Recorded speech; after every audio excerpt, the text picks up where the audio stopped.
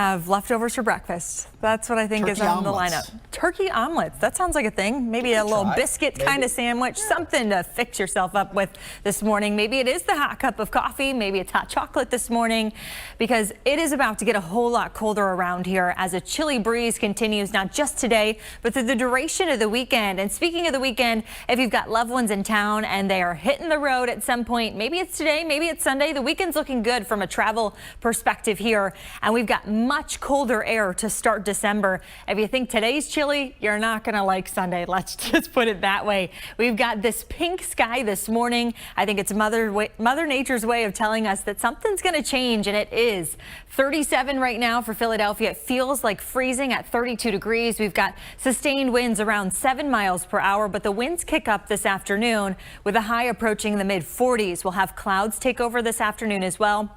So the brightness factor really holds on to the first half of the day. But regardless, looks are going to be deceiving as you head out the door this afternoon, because a high in the 40s isn't going to feel like the 40s. We're going to be feeling, Matt, like we're stuck in the 30s as we go forward in time. So there are big changes to be had across the area, and we're going to focus in on those coming up. Got to get those warm sweaters ready to go. Good morning. Too, our 10-day outlook keeps us unseasonably cool. So as we are now in the thick of the holiday season, we've got 22 days until winter officially begins, 26 days until Christmas, and 33 days until the new year. I'm not trying to rush you. I know some of you are doing your holiday shopping today, but I want to give you a taste of what's setting up for next week, because if you're relaxing today, tomorrow, and Sunday, and there's no shame to that, but you might be inside and it might be a shock to the system as you head back to work and the kids go back to school on Monday. So the week ahead features a very chilly setup, sustained cold air. It's not just a day's worth, it's a week's worth at best here.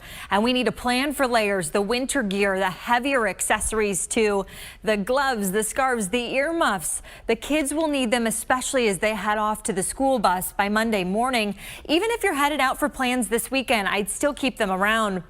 One thing that the forecast does include is a whole lot of sunshine. Our rain chances run slim, and there might be a possibility, because the air is going to be so cold, especially through the overnight hours, that by the middle of this upcoming week, that you might also see a passing snow shower, which is great news for the local ski resorts here.